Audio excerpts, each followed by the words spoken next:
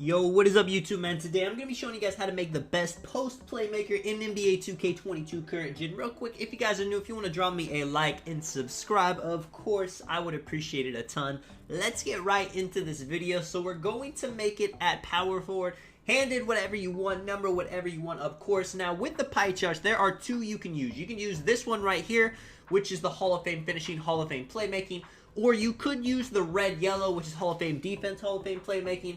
Now, with the red-yellow, you got to do a lot of things to make sure you don't get the name Playmaking Glass Cleaner and you get Post Playmaker instead. And honestly, with that pie chart, the Playmaking Glass Cleaner is going to be a better build. So if you want the Post Playmaker name, I would go with this pie chart, and especially since you can shoot so well with a lower three-point rating this year, this is the perfect pie chart. You are going to get a 90 driving dunk with Hall of Fame posterizer at 99 overall on this build. Let's get right into it. So you want to upgrade driving dunk, driving layup.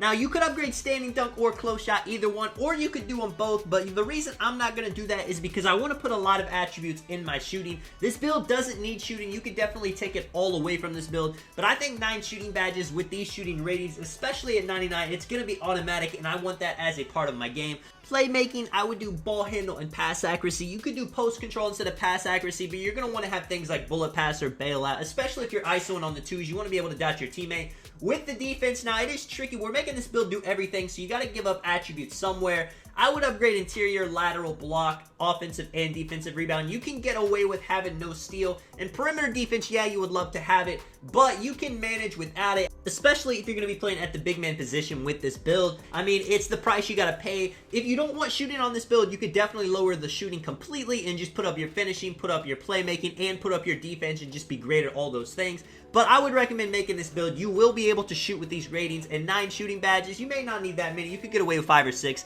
but I think 9 will be great for this build. I mean, looking at it right now, it's so well balanced. 14 finishing, 9 shooting, 15 playmaking, 10 defensive and rebounding. We're going to go 6-7 on the height. We want to get that 80 ball handle with this build.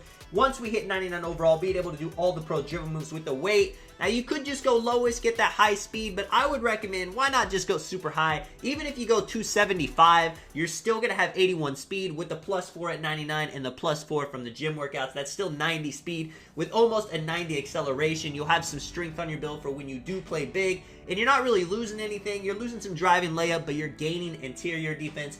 With the wingspan, I would definitely max it. I mean, you see, even putting it at minimum, like, you get shooting, yeah, you get some ball handling, but at 89 wingspan, max wingspan, you get an 86 driving dunk, which gives you the pro contact dunks, and at 99 overall, the 90 driving dunk, you get the elite contact dunks. You see the standing dunk's going to be almost a 99. The layup's great. The shooting, a little bit lower, but you'll still have a 74 mid-range at 99. That's going to be consistent. Even like a 60 mid-range, 63-pointer, you can hit that all day. With hot zones all over the court, you're going to be great. Takeovers, I would go playmaking or slashing. Shot creating could be interesting, especially how easy it is to shoot.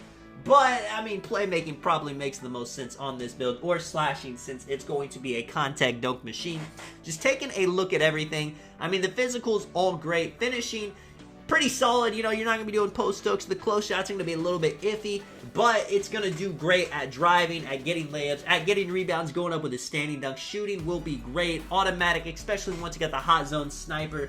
Playmaking, you need to hit 97 to get the 80 ball control for some more dribble moves, but you can still do a lot with 78, and the defense all solid all around. With the finishing badge, it's going to go posterizer Hall of Fame. You're going to want some slithery. I would put on rise up to take advantage of the high standing dunk. Acrobat, it's nice. Badges like Fearless Finisher, Giant Slayer, Mouse in the House, all depending on the matchup. It really depends, because you could play as the big man on the twos with this. You could be the main ball handler on the twos, on the threes.